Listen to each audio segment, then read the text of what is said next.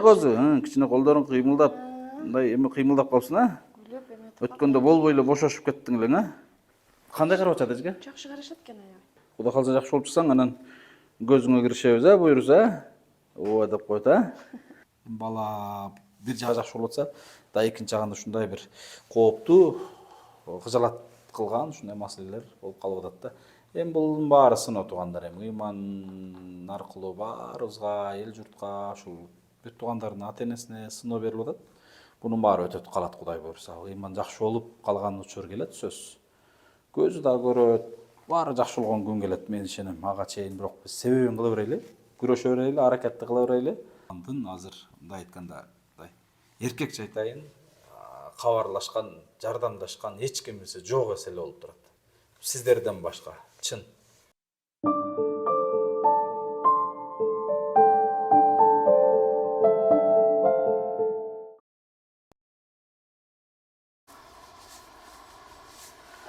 Ассаламу алейкум, урматтуу мекендештер, кадырлуу курсанттар, арбаңыздар, амансыздарбы, өтөсүздарбы? Биз кайрадан Бишкек шаарындабыз. Албетте, эне жана балдарды коргоо борборунда биздин ыйман бейтабыз жатканына толук 4-5 күн болуп калды. Кече күнкү жума күндөрү жаттык элек. Бүгүн болсо биринчи күн, жумуш күн, 4-күнү жаткан экен.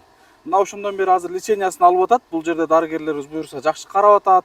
Биз экран артында келип кабар алып аттык, кабар алып атабыз дегендей.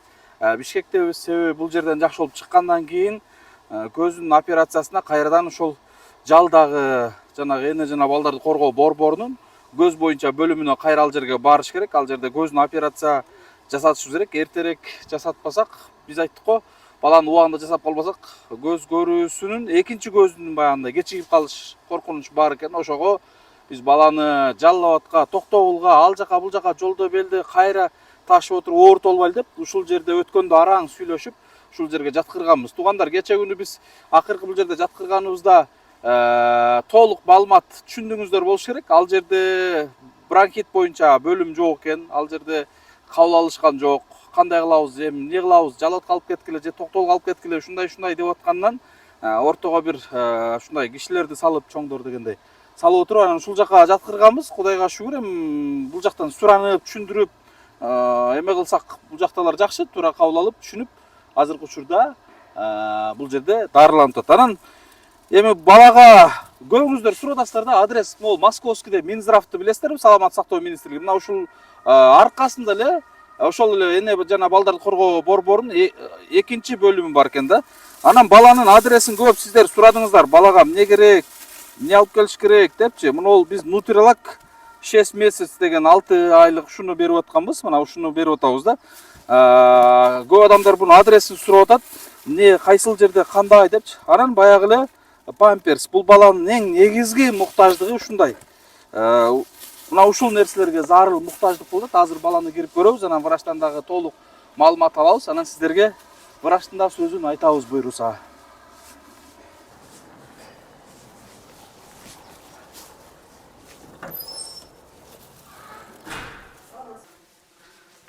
Урматтуу туугандар, бул жерде больницада балдар үчүн шарттар чындыгында жакшы экен. Баары таза, тыкаан дегендейчи. Анан бул жакта кандай бөлүмдөр бар экен? Бунун айланасында бүт жакшы билсеңиздер керек. Ылдыйында кардиология бөлүмү бар. Бир учурда биз кардиология бөлүмүнө жана Көз Айзы Асылбек деген бар эмес, ошол төрөлгөн баласы аркылуу тааныганбыз да, табарак. Көзү, эки көзү шешик төрөлгөнчү.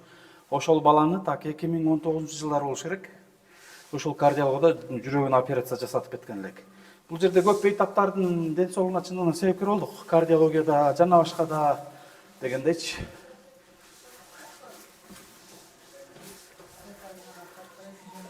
Так, саламатсызбы? Кандайсыз? Так, бул больницанын кухнясы экен. Кандайсыз, жакшысызбы? Ден соолук жакшыбы? Ыйман кантты? Ыйман кантты, кана бериңизчи. Ушуну туктай келер. Оме, бала. Золушка. Бала, балакай. Эмне болду? Ден соолук кандай? Жакшыбы? Жакшы, кичине. Жакшы карап атчабы? Кетип, ооба карашат экен. Козу, кичине колдоруң кыймылдап, мындай эми кыймылдап калсын, а? Күлүп эме. Өткөндө болбой эле бошошуп кеттиң элең, а? Жакшыбы? Кандай карап атат эжге? Жакшы карашат экен аябай. Мына уколдор болуп атабы? болуп Дары-дармектери. Ооба. Ошол укол ампицинди салып атышты. Ошо менен алдай колунан эмелер чыкпай эле мойнуна койду да алдай эмени. Мына колдон кан тамыры чыкпайбы? Бияна койгон ошол жеринен. Буну сайганда кыйналбадыбы? Мен көрбөдүм, мени киргизишкен жок. Өздөрү сайгылар, өздөрү табат экен. Ыйлап айтабы? Жок, азыр Кудайга шүгүр. Сен чоңойуп эле кичине турасың го кайра козу. Эмне болуп атат? Кудай калса жакшы болуп чыксаң, анан көзүңө киришебиз, буйруса? Ооба деп коет, Азаматка макып коеюн. Эжеке? Могул тамак аш. Бул жерде эми ыйманды карап аткан апасы да апасына канчалык көңүл буруп, жакшы сөз, жакшы мээрим болуп турса эле, анан эне аркылуу ыйманга баягындай эме өтөт да негизичи. Анан туугандар кече күнү бул жерде эчке баягы адрес сурап аткандар болуп атты эле. Келебиз дегендер болуп атты эле. Келиштиби, келишпедиби? Бирөө келди өткөндө, сиз айтпадыңыз беле? Адрес сурадыңыз. Памперс алып келип берген. Бирөө памперс алып келди. Андан башка деле менден көп адам адрес сурады да, келбедиби эч ким? Жок. Эч кандай. Туугандар, памперс, мунул смес, ошогон тамак аш жактарын алып барып берет элем деп көп адамдар адрестерин сурадыңыздар да, бирок эч бир мен телефондон деле сурап аттым, эч ким деле келген жок да. Бирок онлайн аркылуу сырттан колуңуздардан келсе көмөктөшүп аткан эли журт, сиздерге рахмат. Албетте биз улам келген сайын эжекебизден кабар алып, зыярат кылып дегендейчи колубуздан келишинче жанагындай жардамдарыбызды берип кетебиз. Так, эжеке муну дагы балаңызга керекке жаратып турасыз. Муну кармайса. Баланын дары-дармегине, башкасына дегендейчи. Негизи жетип атабы кече күнкү эмелерибиз берип аткандар? Жетип атат, Кудайга. Аябай эле зарыктагы дары-дармекке керек болуп аткан болсо айтыңыз, Зарыккан деле эме жок, ошо биякта Основной бул жерде бар да бирок дарылар, анан жок болсо өздөрү айтат экен. Ама кулагына дагы ошо эме жазып берди эле, каптиркенге. Аны алып келдим. Ошо жакшы карашат экен. Пока чыгыш боюнча айта элек, Назым врачтан кирип сурайлычы. Бул жерден чыккандан кийин биз көзүбүзгө Айттым, аны мен таза айыгып чыгышым керек, сразу кайра больницага барам. Баягы өпкөсүнүн рентгендерин, бронхит рентгендерин алып, анан чыккандай болойлу. Ошону айттым, рентгенге тарттырышым керек, после выписка тарттырып келгиле деген десем, анда тарттырабыз деп. Врач өзү дагы эме кылды, анан келгенде айтам дегем. Азыр айтсам, бирөө бар экен үстүндө. Бетап бар экен. Бетап бар экен. Берки кыздарыңыз кантип атат? Алар Бул жака алдырдыңыз да? алдырып, анан кайра атасы алып кетти. Азыр атасы карашуудабы, атасындабы? Кече күнү баягы кээ бирлер жазып аткан экен эле, атасы менен катташат, ушундай депчи. Таң калдым, ошону окуп алып дагы. Негизи атасы кыздарынан кабар алып, Мындай сүйлөшүп кабар алып турат. бирок чогуу жашабайсыздар. Жашабайбыз. Ал нарында, мен Токтогулда. Нарында турабыз, Токтогулда. Ыймандан кабар алган учур болдубу? Мурдун ачып коюңуз. Сурап турат эми, кандай жакшы болуп калдыңарбы? Бүгүн жазыптыр, качан чыгасыңар деп. Буга жардам берейин деп кичине мындай боороруп, мээрим төккөндөй болобу? Айрыкча кыздарына эле окшойт го? Кыздарына. Бул балага кабар алса келер эле дейм да. Эчке дагы баладан зыярат кылып больницага келген мындай болдубу? Жок. Ошо өткөндө мен жаңы жаткан күнү бирөө келди, бир бала келипти. Жана памперс алып келген. Палатага чейин келиптир, палатага берип анан кетти. Түшүнүктүү. Андан кийин келбеди эч ким. Урматтуугандар, негизинен мындай да, больницада жаткан бейтапты кабар алып зыярат кылган бул эң чоң сооптордун бири да. Анан больницага жатып, башы эч ким башына мындай сыноолор салбасын, бирок больницада жаткан адам ушундай бир келип, мындай зыярат кылып, кабар алып, ден соолук, ал-акыбал сураганды мындай чыныгы любой адам күтөт да, жан дүйнө күтөт. Жок дегенде жакшы сөздү күтөт, анын сыңарындай эми бул эжени түшүнүп атабыз Бишкекте, бирок Бишкекте деген мен канча адам көрүп атат. Жок дегенде жакшы сөз арнап туруңуздар, келип зыярат кыла албасаңыздар дачы. Эртең бу жерден чыгып кайра биз жалга барып жатабыз, ал жерде бир жума жатабыз дегендей ушундай. Негизи мындайды эч ким башына салбасын. Башка түшкөн адам гана түшүнөт да. Мен да бир топ больницада жаткам, бир топ атамды карап жүргөм. Көп нерсени көрүп түшүнөбүз да. Баштан өтпөгөн адам бул нерсени түшүнбөйт. Жок дегенде эки пирашкасын көтөрүп алып келип кабар алып койгон бул чоң сооп жана чоң мындай буга бейтаптарга күч берет да. Ушундай биз азыр врачка кирип чыгалчы, анан ар дайым келгенде Сейчас. биз врачка кирип чыгалалы да.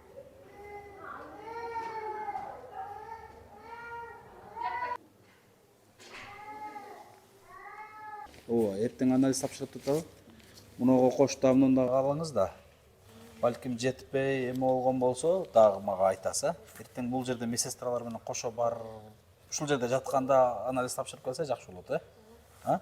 А башкалары толук жакшы эле, дарылары жакшы эле деди, а? Негизгиси ошол өпкөсүнөн экен да. Эми биротоло бир жерден жакшы болуп чыгыш керек. Анан ошого жараша лечение алышат экен алар.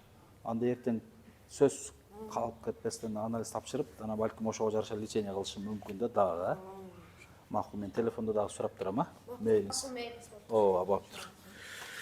Мейлиңиз, кире бериңиз. Урматтуу туугандар, эне жана балдарды коргоо улуттук борбору бул Бишкек шаарындагы Московский көчөсүндөгү ушул экинчи бөлүм экен, жалдагы. Биз азыр врачка кирип чыктык да, врачка кирип чыкканыбызда врач видео тарткандан баш тартты, видеого сүйлөп бергенден. Баланын өткөндө жалда ошо рентгенге түшкөндө, анализ түшкөндө өпкөсүндө таш бар дегендей бир болжолду ушундай бир диагноз кылышкан экен, баягы эме рентгенге карапчы. Бул жерде дагы ушул анализ тапшырганда, бул жердеки өпкөсү коюуланган, коюураак көргөзүп атыптыр да. Ошого бул жерде так диагноз көргөзө турган бир күчтүү аппарат бул жерде жок дейт, частный бар дейт. Эртең ошол жерге барып текшерип тартылып келе турган болду. Ал частныйда бир 5000, 4000, 5000 тегерегинде турат окшойт. Кыскасы эртең ушул анализ тапшырып келгенден дагы айтат. Врач да жакшы, эми баягы ушул баланын ушул эмесин көрүп туруп, бронхити жакшы болду деп эле кое берип коюш, менин деле мындай эмем бул жагым жол бербейт атат. Ошон үчүн ушул өпкөсүнө дагы анализ тапшырып көрүп, балким ага да лечение алып анан чыгарайлы деген жакшы сөзүн айтты. Бала бир жагы жакшы болуп атса, да экинчи жагында ушундай бир кооптуу кыжалат кылган ушундай маселелер болуп калып атат да. Эми бунун баары сыноо туугандар, эми ыйман аркылуу баарыбызга, эл журтка, ушул бир туугандардын ата энесине сыноо берилип атат. Бунун баары өтөт калат, Кудай буйрса. Ыйман жакшы болуп калган учур келет, сөзсүз. Көзү да көрөт, баары жакшы болгон күн келет, мен ишенем. Ага чейин бирок биз себебин кыла берели, күрөшө берели, аракетти кыла берели. Анан буйруса жакшы болот. Анан эми билесиздер, бул жерде больницада, шаарда бир топ мына ушундай расходдор кетет, башка жакка анализ кетет, жана башка кемчилиги, жана смеси, памперс, жана башка. Бунун баарын туура түшүнөсүздөр деп ойлойм. Ар бир көрөрман, көрүүчү колуңуздардан келгенинче көмөктөшүүгө мен дайым чакырам, дагы да чакырам. Бул ыймандын азыр мындай айтканда эркекче айтайын, кабарлашкан, жардамдашкан эч кимиси жок эсе эле болуп турат. Сиздерден башка, чын. Токтогулда ошо кичине жана тай эжеси карашкандай болуп атат эле. Бирок өткөндө ошол эжеси менен не болду эже билбейм, эки кызын таксиден салып бериптир. Эки кызы баягы больницада жаткан күнүчү, ушул жерде эки кызы жүрүптүр туугандар. Ушул жерде эки кызы жүрүп, бул эже бир айла кетип чуркап кетип, ыйманды карайт, бир айла кетип эки кызын карайт, айласы кетип анан эки кызын кимге кайрылышын билбей анан атасына айткан окшойт, атасына берип бериптир да. Нарында карап атыптыр азырчы. Эне үчүн кыйын нерсе. Анан баласын азыр мына көрүп атасыздар, чыйпылыктап көтөрүп алып карап атат. Ошого колдон келиши көмөктөшүүгө чакырам туугандар. Бул ыймандан чын айтканда жардам бермек турсун. Кабар алган эч ким жок экен бул жергечи, көрүп атасыздар. Ошого мен Бишкектен дагы Жалал Абадка кетпей жүргөнүмдүн себеби ушул туугандар. Бул жерде бир жаңсыздык кылып анан эртең көзүнө бир жаңсыздык кылып коюп чыгай деген ой. Ушул эми тынч болуңуздар, дуа кылып туруңуздар. Ыйман жакшы болуп кетсин. Алдыда Рамазан айы келет, жакшылыкта жарышканды унутпаңыздар. Салам алейкум.